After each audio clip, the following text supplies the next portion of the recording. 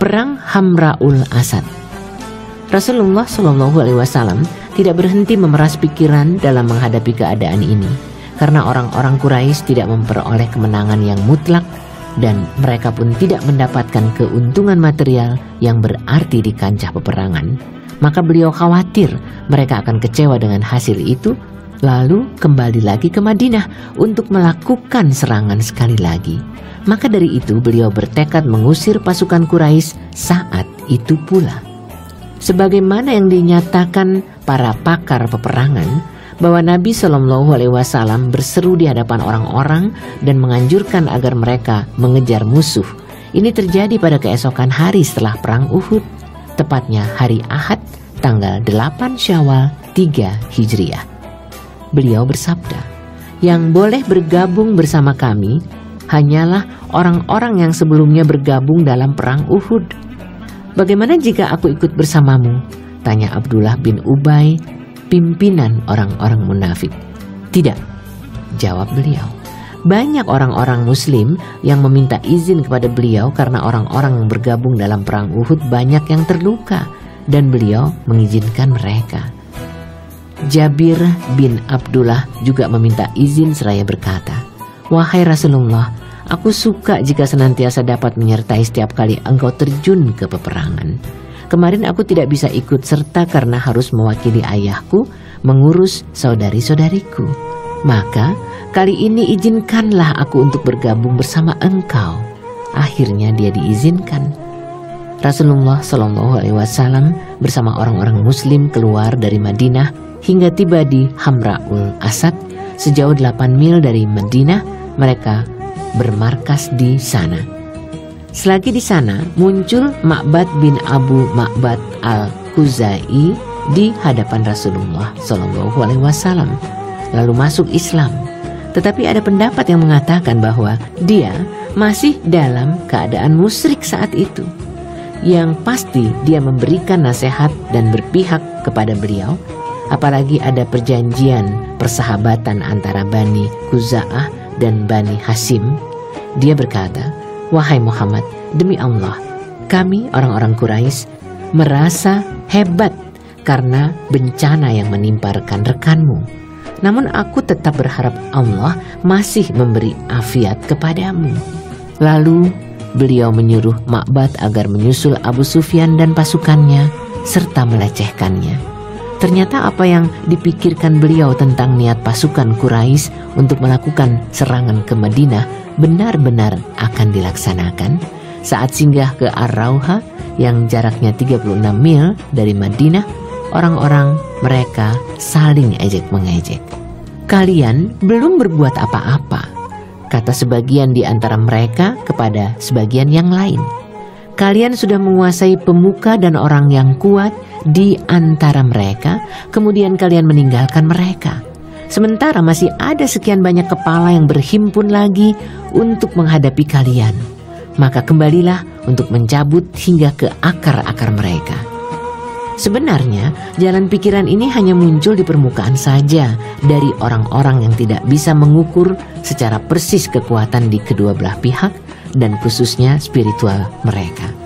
Oleh karena itu, pemimpin yang ikut bertanggung jawab terhadap pasukan Quraisy, yaitu Safwan bin Umayyah, menolak jalan pikiran ini. Dia menanggapinya, "Wahai kaumku, jangan lakukan itu, karena aku khawatir semua orang Khazraj yang kemarin tidak ikut bergabung dalam peperangan akan menghimpun untuk menghadapi kalian. Lebih baik pulanglah dan biarlah kemenangan ini menjadi giliran kalian. Jika kalian kembali lagi, aku tidak berani menjamin kemenangan ini menjadi milik kalian lagi." Ternyata pendapat mayoritas menolak pendapat Safwan. Maka pasukan Quraisy sepakat untuk kembali lagi ke Madinah. Tetapi sebelum mereka beranjak dari tempat, Ma'bad bin Ma'bad sudah tiba di hadapan mereka. Sementara Abu Sufyan tidak tahu Ma'bad sudah masuk Islam. "Apa yang terjadi di belakangmu, wahai Ma'bad?" tanya Abu Sufyan. Ma'bad menjawab, "Muhammad pergi bersama rekan-rekannya untuk mencari kalian dalam jumlah yang tidak pernah kulihat sebanyak itu. Mereka meradang karena marah kepada kalian. orang-orang yang belum bergabung untuk memerangi kalian kini bergabung bersamanya. Rupanya mereka menyesal karena tidak ikut dalam peperangan. Yang pasti jumlah mereka sangat banyak. Celaka kau, apa yang kau katakan ini? Tanya Abu Sufyan. Demi Allah, menurut pendapatku lebih baik kalian segera pulang sebelum dia memergoki buntut pasukan ini. Demi Allah, sebenarnya kami sudah sepakat untuk kembali lagi menyerang mereka hingga kami dapat membinasakan mereka, kata Abu Sufyan. Jangan lakukan itu, inilah nasihatku, kata Ma'bad. Seketika itu, tekad pasukan Quraisy menjadi melempem. Mereka tidak lagi bersemangat dan bahkan ada kekhawatiran. Maka tidak ada pilihan lain kecuali segera kembali ke Mekah. Ma'bad berharap dapat mengusir pasukan Quraisy sekalipun Abu Sufyan sudah bertekad bulat untuk menghabisi pasukan Islam.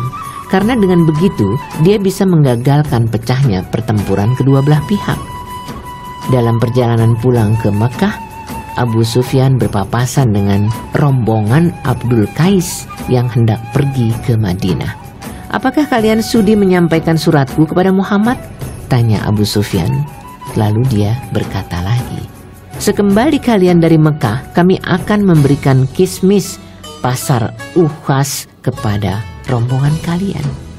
Bolehlah, kata mereka.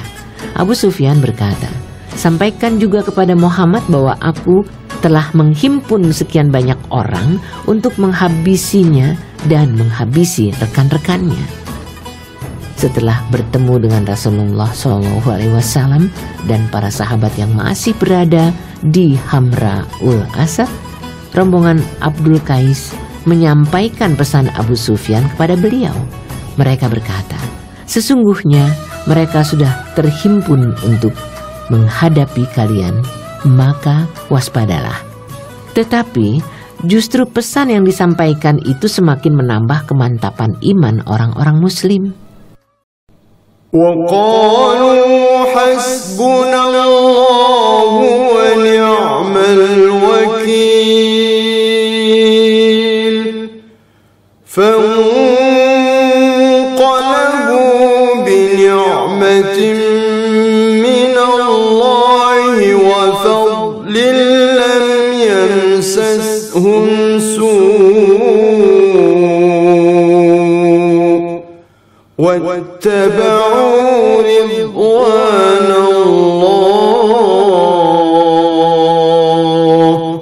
والله ذو فضل عظيم. Mereka berkata, cukuplah Allah menjadi penolong kami, dan Allah adalah sebaik-baik pelindung. Maka mereka kembali dengan nikmat dan karunia yang besar dari Allah. Mereka tidak dapat bencana apa-apa. Mereka mengikuti keridhaan Allah dan Allah mempunyai karunia yang besar. Surat Ali Imran ayat 173-174. Rasulullah SAW berada di Hamra'ul Asad 3 hari lagi, dan setelah itu kembali lagi ke Madinah.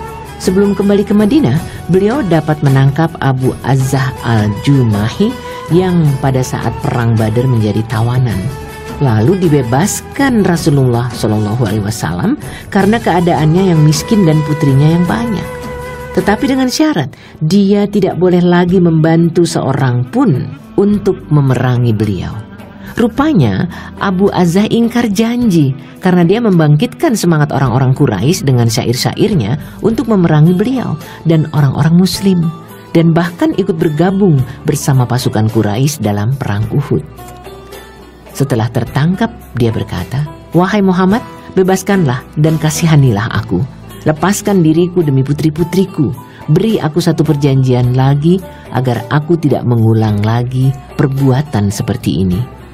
Beliau bersabda, 2 kali pembangkanganmu di Mekah tidak akan terhapus, dan setelah itu engkau berkata, aku telah menipu Muhammad 2 kali.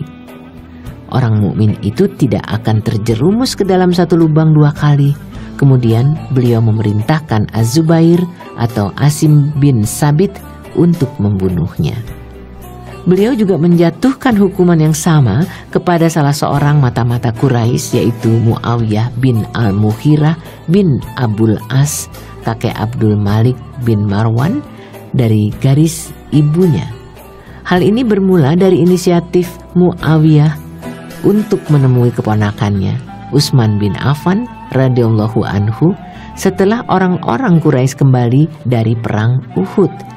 Lalu Utsman meminta perlindungan keamanan baginya kepada Rasulullah SAW. Beliau memberikannya selama jangka waktu 3 hari. Setelah itu tidak ada lagi perlindungan baginya jika dia sampai tertangkap. Namun tatkala Madinah ditinggalkan pasukan, ternyata dia menetap di sana lebih 3 hari dan melakukan kegiatan mata-mata untuk kepentingan Quraisy. Setelah pasukan Islam kembali ke Madinah, dia cepat-cepat melarikan diri. Rasulullah SAW memerintahkan Zaid bin Haritsah dan Amr bin Yasir untuk mengejarnya. Keduanya dapat menyusul Muawiyah lalu membunuhnya. Yang pasti, perang Hamra'ul Asad ini bukan merupakan peperangan yang berdiri sendiri, tetapi merupakan bagian dari perang Uhud dan kelanjutannya. Inilah perang Uhud dengan seluruh tahapan dan rinciannya. Para pengkaji telah menguraikan peristiwa ini panjang lebar. Lalu pihak manakah yang bisa dikatakan kalah atau menang? Yang pasti, pada putaran kedua pasukan Quraisy lebih unggul dan mereka bisa menguasai keadaan. Sementara jumlah korban di pasukan Islam juga lebih banyak serta lebih parah. Bahkan ada satu kelompok pasukan muslimin yang kalah total. Tetapi semua ini belum cukup bagi kita untuk beranggapan bahwa ini sudah mencerminkan kemenangan bagi pasukan Quraisy. Yang tidak dapat diragukan, pasukan Quraisy tidak mampu melibas pasukan muslimin. Sekalipun pasukan muslimin sempat kacau balau, tetapi hampir mereka semua tidak melarikan diri. Mereka terus bertempur dengan gagah, berani, hingga dapat berhimpun kembali dengan komandan pasukan. Mereka sama sekali tidak jatuh ke tangan pasukan Quraisy dan tidak seorang pun di antara mereka yang tertawan. Di samping itu, pasukan Quraisy tak mendapatkan barang rampasan walau sedikit pun. Bahkan pada putaran ketiga, pasukan Quraisy tidak melanjutkan pertempuran. Justru mereka lebih dahulu mengundurkan diri sebelum pasukan muslimin mengundurkan diri dari kancah peperangan. Mereka tidak berani masuk Madinah untuk menjarah tawanan dan barang, sekalipun jaraknya tidak seberapa jauh lagi dan di sana dalam keadaan kosong. Semua ini menunjukkan kepada kita bahwa pasukan Quraisy belum berhasil menimpakan bencana dan kerugian yang besar kepada pasukan muslimin. Bahkan boleh dibilang mereka gagal mewujudkan cita-cita untuk memusnahkan pasukan muslimin, terutama setelah mereka bisa membalikkan keadaan saat pertempuran. Seperti ini bukan sesuatu yang aneh bagi para prajurit yang berjuang di medan perang. Bahkan keputusan Abu Sufyan untuk buru-buru menarik diri dari kancah peperangan dan kembali ke Mekah mengesankan kepada kita bahwa sebenarnya dia dirasuki perasaan khawatir dan was-was kalau-kalau pasukannya justru akan mengalami kekalahan telak pada putaran ketiga. Kesan seperti ini semakin kuat setelah kita tahu keputusan yang diambil Abu Sufyan, karena dia mengetahui Rasulullah SAW dan pasukan muslimin menyusulnya hingga tiba di Hamra'ul Asad. Jadi, perang Uhud ini merupakan peperangan yang tidak tuntas. Masing-masing pihak mendapat kemenangan dan kerugian sendiri-sendiri. Apalagi kedua belah pihak menahan diri untuk tidak saling menyerang. Jadi inilah pengertian peperangan yang tidak tuntas. Hal ini telah disyaratkan firman Allah, وَلَا تَهِنُوا فِي ابْتِغَاءِ الْقَوْمِ إِن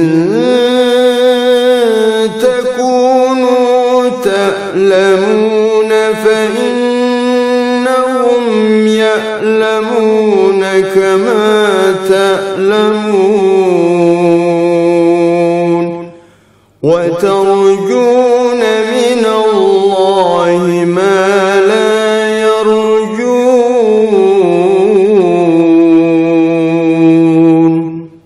Janganlah kalian berhati lemah dalam mengejar mereka atau musuh kalian. Jika kalian menderita kesakitan, maka sesungguhnya mereka pun menderita kesakitan pula sebagaimana kalian menderitanya. Sedangkan kalian mengharap dari Allah apa yang tidak mereka harapkan. Surat An-Nisa ayat 104. Masing-masing pihak merasa mendapat keuntungan dan juga dapat menimpakan kerugian kepada pihak lain, sehingga kedudukan menjadi imbang. Kemudian kedua belah pihak pulang dan masing-masing merasa menang. Al-Quran berbicara tentang peperangan ini. Al-Quran turun menyoroti setiap kejadian yang penting dalam peperangan ini, tahapan demi tahapan, ditambah dengan beberapa catatan yang menjelaskan beberapa sebab yang mengakibatkan kerugian yang besar itu. Al-Quran juga menampakkan beberapa sisi kelemahan yang ada di tengah pasukan orang-orang mukmin ini jika dikaitkan dengan kewajiban yang seharusnya mereka kerjakan pada saat-saat yang kritis. Apalagi jika dikaitkan dengan tujuan yang hendak diraih umat ini sebagai umat paling baik yang dikeluarkan bagi manusia. Al-Quran juga membicarakan sikap orang-orang munafik, melecehkan mereka dan menyingkap permusuhan terhadap Allah dan Rasul-Nya yang tersimpan di dalam hati mereka, sambil berusaha mengenyahkan keraguan-raguan dan kebimbangan yang bersemayam di dalam hati orang-orang mukmin yang lemah. Karena kelompok inilah yang menjadi sasaran orang-orang munafik dan Yahudi, Al-Quran juga mengisyaratkan tujuan yang mulia dari peperangan ini. Ada 60 ayat dari surah Ali Imran yang turun mengenai peperangan ini, diawali dengan permulaan tahapan perang. وَإِذْ غَدَوْتَ مِنْ أَهْلِكَ تُبَوِّئُ الْمُؤْمِنِينَ مَقَاعِدَ لِلْقِتَالِ. Dan ingatlah ketika kamu berangkat pada pagi hari dari rumah keluargamu, akan menempatkan para mukmin pada beberapa tempat untuk berperang. Surat Ali Imran ayat 121. Kesudahan ayat-ayat ini merupakan catatan menyeluruh dari hasil peperangan dan hikmahnya. Allah berfirman, مَا كَانَ اللَّهُ لِيَذَرَ الْمُؤْمِنِينَ عَلَى مَا أَنْتُمْ عَلَيْهِ حتى يميز الخبيث من الطيب وما كان الله ليطلعكم على الغيب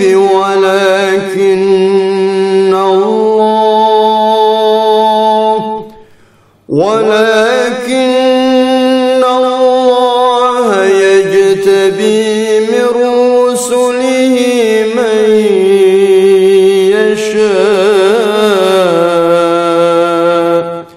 فآمنوا بالله ورسله وإن تؤمنوا وتتقوا فلكم أجر عظيم. Allah sekali-kali tidak akan membiarkan orang-orang yang beriman dalam keadaan kamu sekarang ini, sehingga Dia menyisihkan yang buruk atau munafik dari yang baik atau mukmin. Dan Allah sekali-kali tidak akan memperlihatkan kepada kamu hal-hal yang gaib. Akan tetapi Allah memilih siapa yang dikehendakinya di antara rasul-rasulnya. Karena itu, berimanlah kepada Allah dan rasul-rasulnya, dan jika kamu beriman dan bertakwa, maka bagimu pahala yang besar. Surat Ali Imran ayat 179. Hikmah dan sasaran lebih jauh dari peperangan ini. Ibnul Qayyim telah membahas hikmah dan sasaran lebih jauh dari peperangan ini. Ibnu Hajar menuturkan, para ulama berkata, kisah mengenai perang Uhud dan kesudahan yang menimpa orang-orang muslim mengandung berbagai faidah dan hikmah Rabbani. Di antaranya, 1. Memperlihatkan kepada orang-orang muslim akibat yang tidak menguntungkan dari kedurhakaan dan melanggar larangan. Tepatnya adalah tindakan para pemanah yang meninggalkan posnya di atas bukit. Padahal Rasulullah SAW memerintahkan agar mereka tidak meninggalkan tempat itu, bagaimanapun keadaan inti pasukan muslimin. 2. Seperti yang biasa terjadi pada diri para rasul, jika mereka mendapat cobaan tentu akan disusul dengan kesudahannya. Hikmah dari cobaan ini, jika para rasul terus-menerus mendapat kemenangan, maka orang-orang yang sebenarnya tidak termasuk golongan mereka juga ikut bergabung. Sehingga sulit membedakan mana orang yang baik dan mana yang tidak baik. Sebaliknya, jika mereka terus-menerus kalah, maka tujuan pengutusan mereka tidak tercapai. Hikmahnya akan tampak jika sesekali menang dan sesekali kalah, agar orang yang membenarkan dapat dibedakan dari orang yang mendustakan. Sebab kemunafikan orang-orang munafik benar-benar tersamar di tengah orang-orang muslim. Saat kisah ini bergulir dan orang-orang munafik menampakkan belangnya lewat perbuatan dan perkataan mereka, maka semuanya menjadi tampak jelas, sehingga orang-orang muslim mengetahui bahwa di tengah mereka ada musuh. Dengan begitu, mereka menjadi lebih waspada. 3. Kemenangan yang tertunda seringkali meremukkan jiwa dan meluluhkan kehebatan yang dirasakan. Namun orang-orang mukmin tetap sabar saat mendapat cobaan, sedangkan orang-orang munafik menjadi risau. 4. Allah telah menyediakan bagi hamba-hambanya yang mukmin kedudukan yang mulia di sisinya yang tidak bisa dicapai begitu saja. Tetapi Dia perlu menguji dan mencoba mereka sebagai jalan bagi mereka untuk mencapai kedudukan tersebut. 5. Mati syahid merupakan kedudukan para penolong agama Allah yang paling tinggi. Inilah yang dikehendaki Allah bagi mereka. 6. Allah ingin menghancurkan musuh-musuhnya dengan menampakkan sebab-sebab yang memang menguatkan kekufuran mereka, karena mereka menyiksa para penolongnya. Dengan begitu dosa orang-orang mukmin terhapus dan dosa orang-orang kafir semakin menumpuk.